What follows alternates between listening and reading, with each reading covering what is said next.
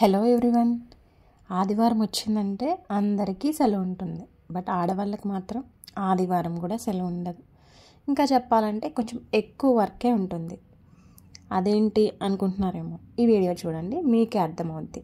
ఒక సండే ఒక మదర్గా నా రొటీన్ మొత్తం ఈ వీడియోలో చూపించాను. సండే అయినా కూడా మనమైతే మార్నింగ్ లేచి పనులు అయితే చేసుకోవాలి కదా, లేదంటే అవ్వదు కదా లేడీస్కి. సో లేచాను అనమాట. చలికాలం కదా, బాగా చల్లగా ఉంది. నిద్ర లేవాలంటే ఏడుపు వస్తుంది అనమాట. బట్ తప్పదు కదా, పొట్లో అయితే ఆకలేస్తూ ఉంటుంది కదా. సో లేట్గా లేచాను, 7కి అయింది. అట్లాగే నైటే మొత్తం క్లీన్ చేసి పెట్టుకున్నాను అనమాట. మార్నింగ్ క్లీన్ చేయాలంటే ఈ చలికి మన వల్ల కాదని చెప్పేసి మొత్తం క్లీన్ చేసి పెట్టేసుకున్నా. సో దట్ పీస్ఫుల్గా కూడా ఉంటుంది మైండ్. లేవగానే కొంచెం నీట్గా ఉండే అట్మాస్ఫియర్ చూసామంటే మనకి కూడా కొంచెం కామ్గా అనిపిస్తుంది కదా, అందుకోసం అని చెప్పేసి. అండ్ నైటే ఇంకా గారెలకైతే నానేసాను. గారెలు మా ఇంట్లో ఫేవరెట్ అనమాట. గారెలు, గుంట పునుగులు, పూరీలు అన్నీ ఆయిల్ ఫుడ్డే, బట్ అదొక టేస్ట్ కదా, బాగుంటుంది. సో గారెలకి అయితే ఇప్పుడు పిండి వేసేస్తున్నాను.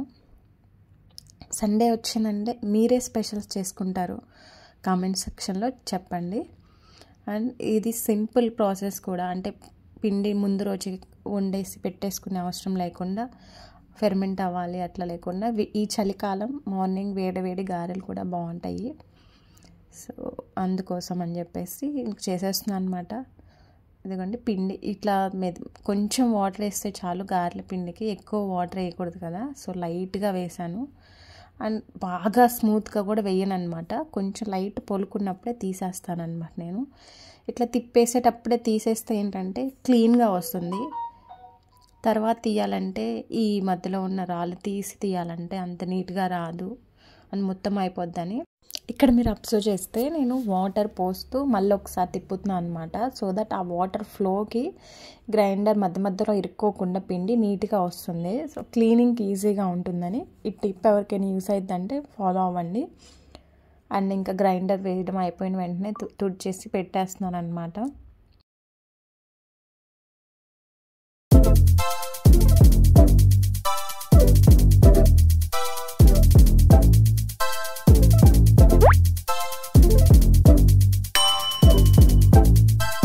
ఇట్లాగే ఇంకా పిండిలో కొంచెం ఆనియన్స్, కొంచెం అల్లం, అట్లనే కొంచెం పచ్చిమిర్చి వేసేసి కలిపేస్తున్నాను. కొంచెం ఉప్పు, జీలకర్ర కూడా వేసుకోవాలి. వాటర్ వేసుకోకూడదు అనమాట.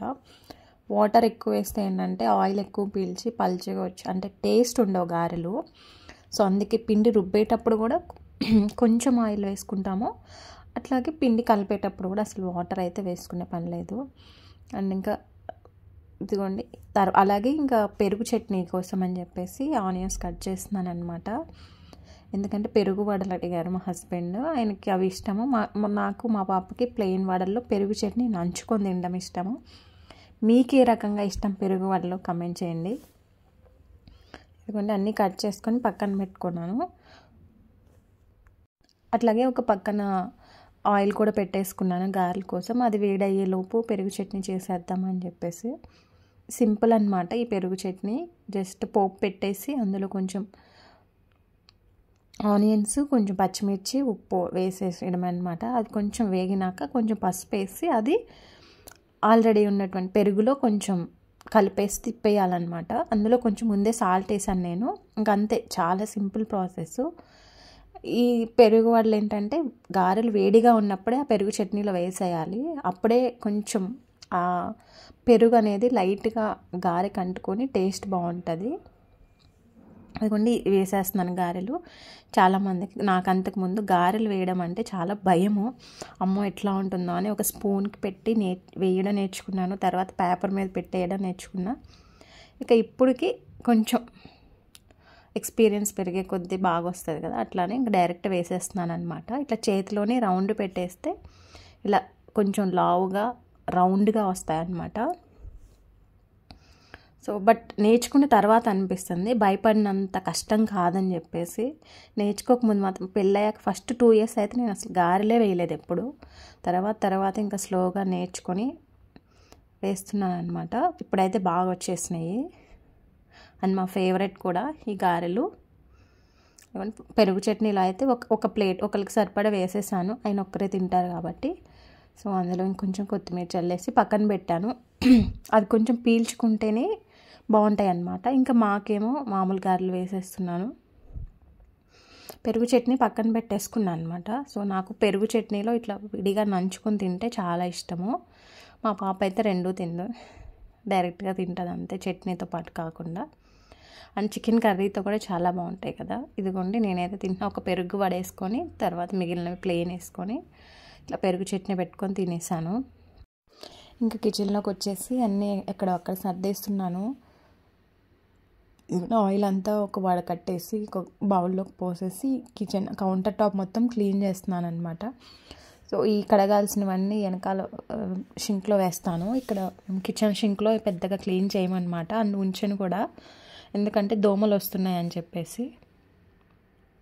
అట్లాగే రేపటికి వస్తామని చెప్పేసి దోశలకి నానబెడుతున్నాను. మినపగుండ్లు, బియ్యం, మెంతులు, పచ్చెనపప్పు వేసేసి ఒక 2-3 టైమ్స్ వాష్ చేసి నానబెడతాను అనమాట.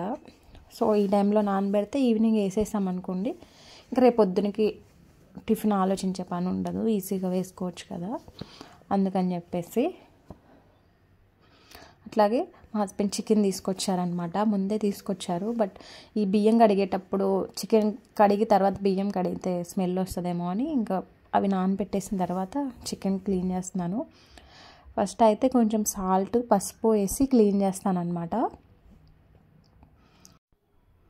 సో ఇట్లా క్లీన్ చేస్తే కొంచెం నీట్గా పోతుంది అని చెప్పేసి, ఎందుకంటే అది డైరెక్ట్గా తీసుకొస్తారు కదా, కొంచెం బ్లడ్గా ఉన్నట్టు అట్లా ఉంటుంది కదా, సో క్లీన్గా పోతుంది.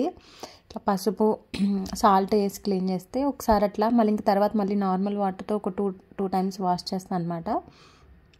ఇట్లా వాష్ చేసిన తర్వాత దీన్ని మ్యారినేట్ చేసి పక్కన పెడతాను. సో ఒక 12కి అట్లా ఇంకా లంచ్ చేసుకోవచ్చు కదా.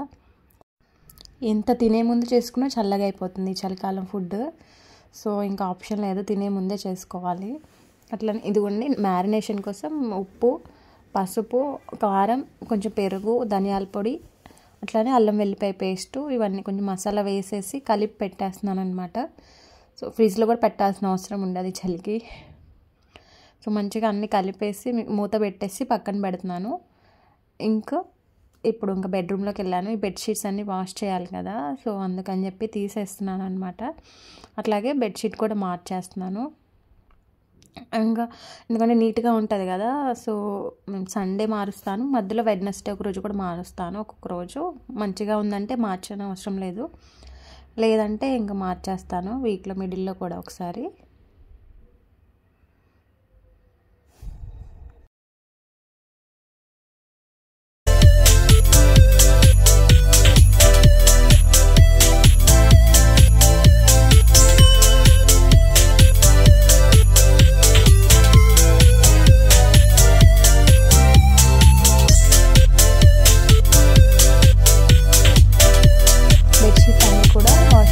వాష్ చేసేసాను అనమాట.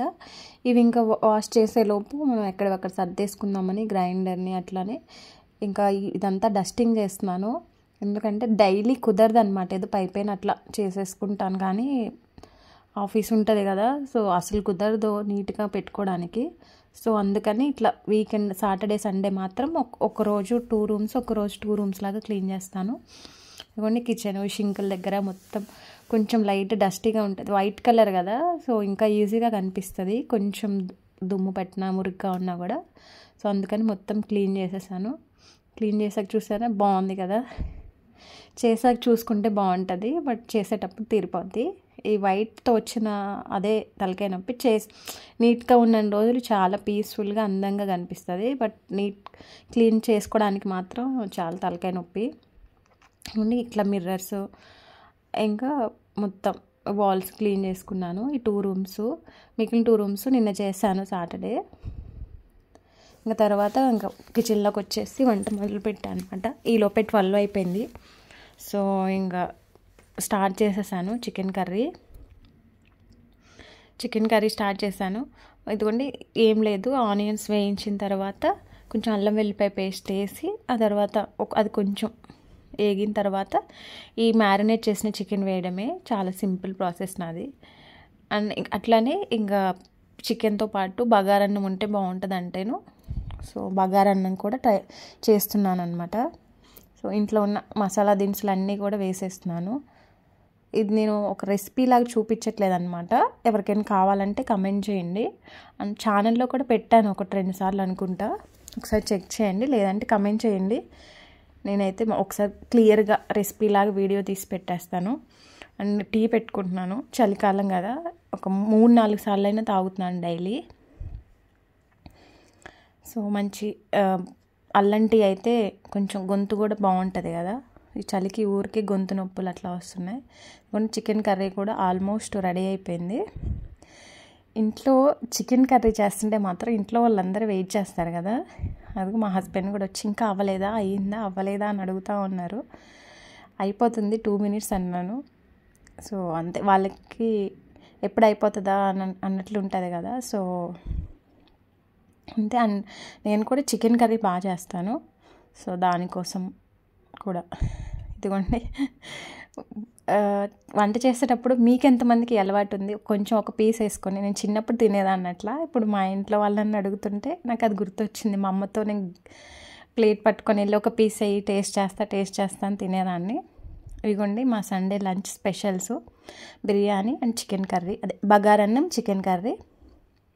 ఇంకా అయిపోయినాక ఒక స్మాల్ న్యాప్ వేసాను, 30 minutes అట్లాగా.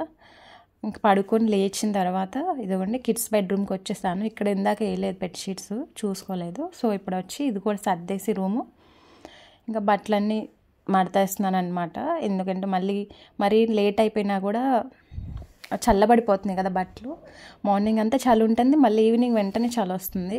సో బట్టలు పెద్దగా ఆరట్లేదు కదా, మరీ చల్లగా అయిపోతాయి అని చెప్పేసి ఇప్పుడే తీసుకొచ్చి మడత పెట్టేస్తున్నాను అనమాట.